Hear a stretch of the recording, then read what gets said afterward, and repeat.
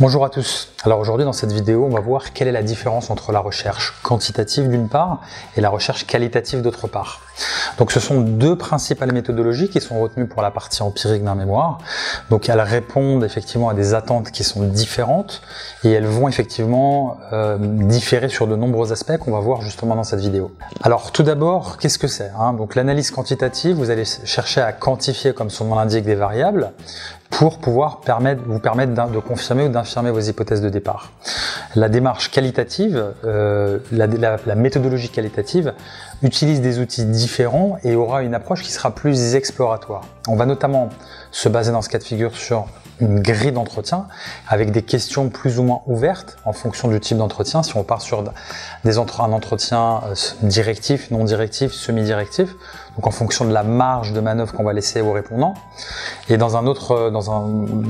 contrario, dans l'approche effectivement quantitative, vous allez vous baser sur des questionnaires. Donc ces questionnaires vont être administrés à un échantillon représentatif et il va vous permettre effectivement de quantifier certaines variables. Toujours dans la même idée, donc de confirmer ou d'infirmer vos hypothèses de départ, mais vous allez dans une approche statistique, quantitative, comme son nom l'indique. Donc, ceci étant dit, je vais vous présenter encore d'autres subtilités qui différencient effectivement l'approche quantitative de l'approche qualitative. Donc, dans un premier cas, on est sur une interprétation, une explication. Donc ça, c'est plutôt effectivement le cas de l'analyse qualitative. Alors que dans l'approche quantitative, on est dans la démonstration et l'appréhension. L'une va chercher à explorer, l'autre va chercher à quantifier, à mesurer. Donc, on va partir dans l'approche quantitative sur un échantillon. On aura un questionnaire en général avec des questions fermées et il va falloir l'administrer à un échantillon représentatif, donc un nombre d'interviewés suffisamment important, donc d'un point de vue quantitatif, et suffisamment diversifié pour éviter tout risque de biais. Tout risque de biais, c'est-à-dire si effectivement vous vous basez sur une sous-partie de l'échantillon qui n'est pas représentative de la totalité de l'échantillon et de la population mère, échantillon, donc échantillon partie de la population mère, eh bien vous allez effectivement avoir des résultats qui vont peut-être pas être représentatifs de la réalité qui porte quant à elle sur la population mère.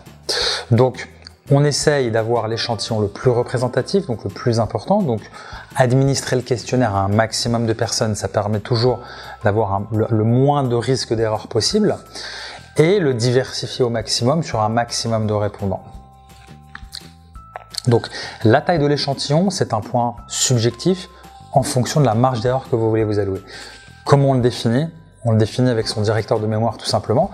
Donc je vous invite à vous rapprocher de votre directeur de mémoire et à vous mettre d'accord sur le nombre d'interviewés qu'il souhaite accepter. Et c'est très important parce que si vous ne le faites pas, on pourra toujours vous reprocher de vous être basé sur un échantillon insuffisant.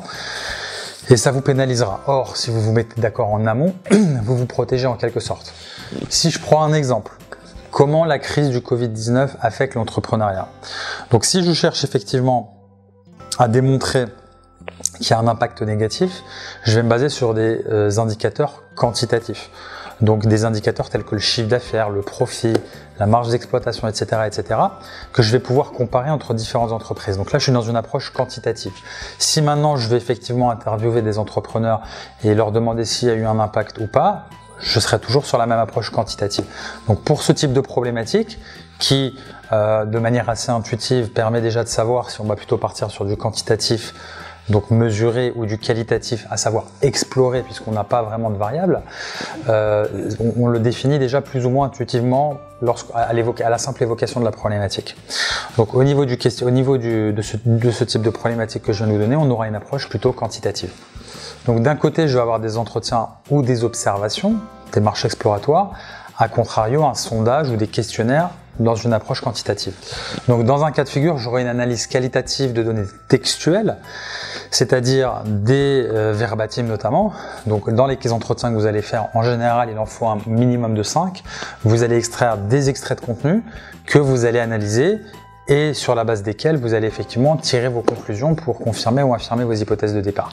Dans une approche quantitative, je serai par exemple sur une analyse chiffrée de données par exemple de données commerciales, de données financières et autres, et que je vais comparer. Donc je serai vraiment dans une approche quantitative. Alors je me permets de me répéter, mais la diversité des interviewés est vraiment importante pour les deux approches pour éviter tout risque de biais. on aura un maximum d'interviewés pour un entretien, pour ne pas, encore une fois, tirer des conclusions sur un échantillon qui ne serait pas représentatif d'un point de vue quantitatif ou qualitatif. Donc, c'est-à-dire pas assez d'interviewés ou des interviewés qui ne sont pas vraiment représentatifs de la population qu'on souhaite étudier. Donc, on diversifie au maximum, ça c'est vraiment important. De même pour le questionnaire. Alors sachez-le également, vous avez des outils qui peuvent vous faciliter la tâche. Ça, c'est vraiment quand vous avez beaucoup de résultats. Si vous avez beaucoup d'entretiens, vous avez InVivo par exemple qui est très bien. Alors NVivo, pardon, vous pouvez effectivement regarder sur Google, vous avez une version d'essai qui vous permet de, on va dire, automatiser le processus d'analyse des entretiens, d'analyse des verbatims. Ça, c'est vraiment, en général, si vous avez un nombre d'entretiens assez important. De même pour les analyses quantitatives sur des questionnaires, vous avez Sphinx, vous avez de nombreux outils que vous pouvez également rechercher sur Google, qui sont très bien et qui vont permettre d'automatiser le processus d'analyse sur vos résultats de questionnaire. Il va vous permettre d'établir des corrélations, de dégager effectivement certaines corrélations et certaines variables intéressantes au niveau de l'analyse de ces résultats, alors que ça aurait été beaucoup plus fastidieux et beaucoup plus compliqué si vous avez fait ça effectivement de manière, on va dire, intuitive, par un être humain tout simplement. Ça marche sur des petits échantillons. Là, on n'a pas besoin d'un outil statistique qui va nous faciliter la tâche, mais sur des résultats assez importants, on va également faire appel à un logiciel qui va nous faciliter la tâche. Voilà, j'espère que cette vidéo va vous aider à choisir votre méthodologie, puis à cerner les subtilités de ces deux approches, de ces deux méthodologies, qui sont en général les deux plus importantes lorsqu'on est amené à rédiger la partie empirique d'un mémoire, y compris d'une thèse de doctorat. On est sur des approches méthodologiques qui sont assez similaires, et à faire le bon choix, le plus adapté à votre problématique de mémoire. Je vous souhaite bon courage pour la rédaction de votre mémoire.